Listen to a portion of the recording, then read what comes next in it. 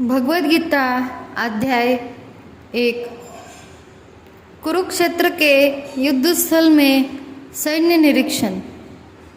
धृतराष्ट्र उवाच धर्मक्षेत्रे कुरुक्षेत्रे समवेता युयुत्सव मामका पांडवाश्वेव किम कुर्वत संजय। धृतराष्ट्र ने कहा, हे संजय, धर्मभूमि कुरुक्षेत्र में युद्ध की इच्छा से एकत्र हुए मेरे तथा पांडु के पुत्रों ने क्या किया। भगवद गीता एक बहुपठित आस्तिक विद्वान है जो गीता महात्म्य में सार रूप में दिया हुआ है। इसमें यह उल्लेख है कि मनुष्य को चाहिए कि वह श्री कृष्ण के भक्त की सहायता से संवीक्षण करते हुए भगवद गीता का अध्ययन करे और स्वार्थ प्रेरित व्याख्याओं के बिना उसे समझने का प्रयास करे। अर्जुन ने जिस प्रकार से साक्षात श्री कृष्ण भगवान से गीता सुनी और उसका उपदेश ग्रहण किया, उस प्रकार की स्पष्ट अनुभूति का उदाहरण भगवद गीता में ही है। यदि उसी गुरु परंपरा से निजी स्वार्थ से प्रेरित हुए बिना किसी को श्री भगवद गीता समझने का सौभाग्य प्राप्त हो तो वह समस्त वैदिक ज्ञान तथा विश्व के समस्त शास्त्रों के अध्ययन को पीछे छोड़ देता है। पाठक को भगवद गीता में न केवल अन्य शास्त्रों की सारी बातें मिलेंगी अपितु ऐसे बातें भी मिलेंगी जो अन्यत्र कहीं उपलब्ध नहीं है। यही गीता का विशिष्ट मानदंड है। स्वयं भगवान श्री कृष्ण द्वारा साक्षात उच्चरित होने के कारण यह पूर्ण आस्तिक विज्ञान है। महाभारत में वर्णित धृतराष्ट्र तथा संजय की वार्ताएं इस महान दर्शन के मूल सिद्धांत का कार्य करती है। माना जाता है कि इस दर्शन की प्रस्तुति कुरुक्षेत्र के युद्ध स्थल में हुई जो वैदिक युग से पवित्र तीर्थ स्थल रहा है।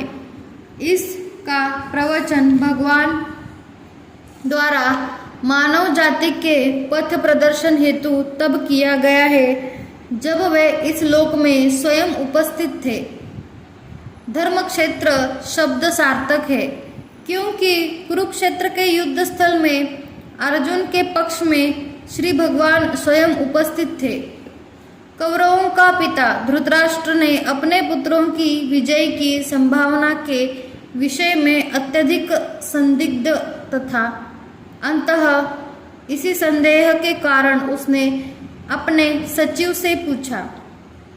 उन्होंने क्या किया?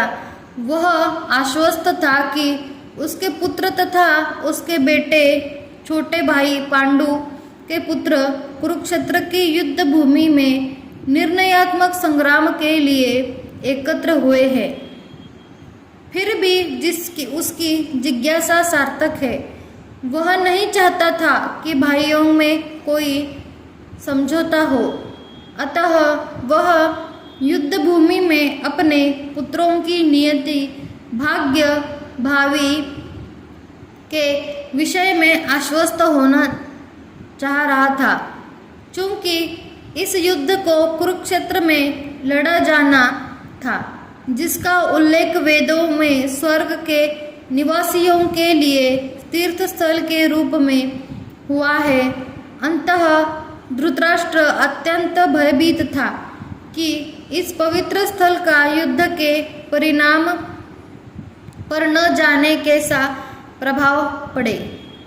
उसे भली भांति ज्ञात था कि इसका प्रभाव अर्जुन तथा पांडु के पुत्र के अत्यंत अनुकूल पड़ेगा क्योंकि स्वभाव से वे सभी पुण्यात्मा थे।